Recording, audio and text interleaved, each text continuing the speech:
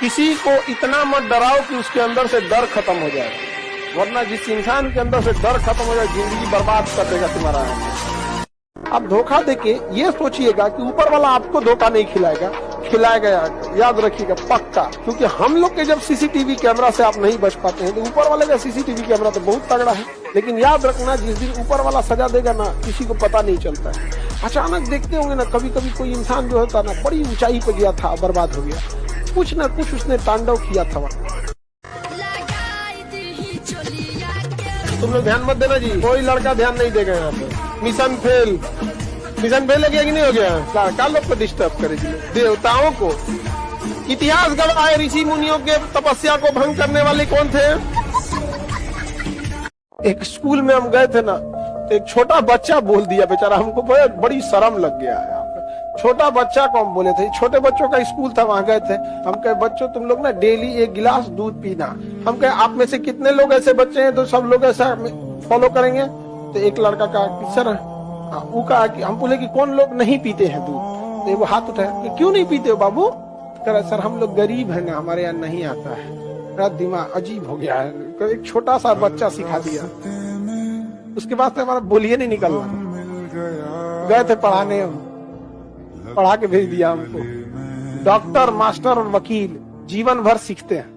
कई बार ऐसा चीजें होती है हम लोग को, आप लोगों से सीखने को मिलता है कि सही बोल रहा था, ऐसे करना चाहिए। दशहरा आ रहा है, मेला आएगा, तो कुछ बच्चों को तुम गौर करना। दुकान पे हम अक्सर ये सब चीज देखते हैं। कुछ बच्चों को तुम देखना ना, 2 घंटा 3 घंटा तक ना खिलौने के दुकान पे देखते रहेंगे सब, कोई क्या खरीद के ले गया, क्या खरीद, उतने से वो खुश हो जाते हैं। उनके घर वाले के पास इतना पैसा नहीं कि उसे दिला सके, फिर इस दुकान से उसको भगा देगा, भग तुमको कुछ खरीदना नहीं तो क्या खड़ा है, भग भग, तो दूसरे दुकान पे जाके देख लेगा। यहाँ देखे के काम चला लेगा। हद तो तब हो जाएगा दिवाली में जब अपने घर आएगा, मिट्टी के भी खिलौनों को नहीं खरीद पाएगा, महंगाई इतनी बढ़ी है।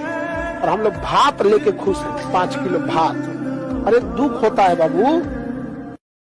दोस्ती का सबसे बड़ा मिसाल अगर देखिएगा तो कर्ण और दुर्योधन का, शायद ही ऐसा मिसाल मिलेगा। कर्ण को पता था कि हम मरेंगे, लेकिन उसने कहा था कि मरने को कल छोड़ो, आज मर जाएंगे, लेकिन दुर्योधन को ना छोड़ेंगे।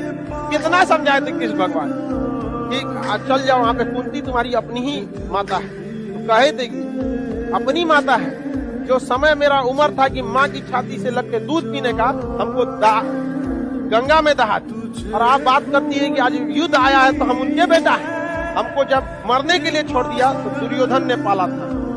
आज दुर्योधन को कैसे छोड़ देंगे? कृष्ण भगवान आप युद्ध का ऐलान कर दीजिए, जिएंगे तो दुर्योधन के लिए। दोस्ती की मिसाल अगर कहीं है तो किसके पास? दुर्योधन और कर्ण।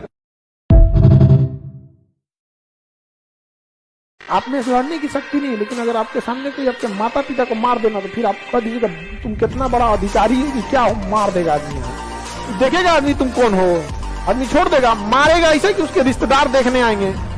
बहुत अच्छे आदमी थे। तुमसा कोई दूसरा इस जमी पर हुआ तो रब से शिकायत होगी, और तुम्हारी तरफ रुख किसी गैर का हुआ तो कयामत से पहले कयामत होगी। इस्लाम धर्म में ना कहा गया है कि माँ के पैर के नीचे जन्नत होगी, और कहा जाता है कि जब तक बाप राजी नहीं होगा, आपसे खुश नहीं होगा, तो जन्नत का दरवाजा आपसे नहीं खुल सकता। चाहे माँ को जितना भी मान लीजिए, जन्नत आपका होगा, लेकिन उसका दरवाजा तभी खुलेगा जब बाप आपसे खुश रहे। बेईमानी से कभी तुम बहुत आगे नहीं जा सकते। आगे जब भी जाओगे तो 2 ही रास्ता है, ज्यादा काम करना पड़ेगा, ईमानदारी से काम करना पड़ेगा। बेईमानी से कोई अंबानी अडानी सब नहीं बन सकता है। बेईमानी से तुम अपने मोहल्ले में आगे जा सकते हो, और वो भी उस पैसे को चोरी छुप के खर्च करना पड़ेगा, खुलेआम नहीं।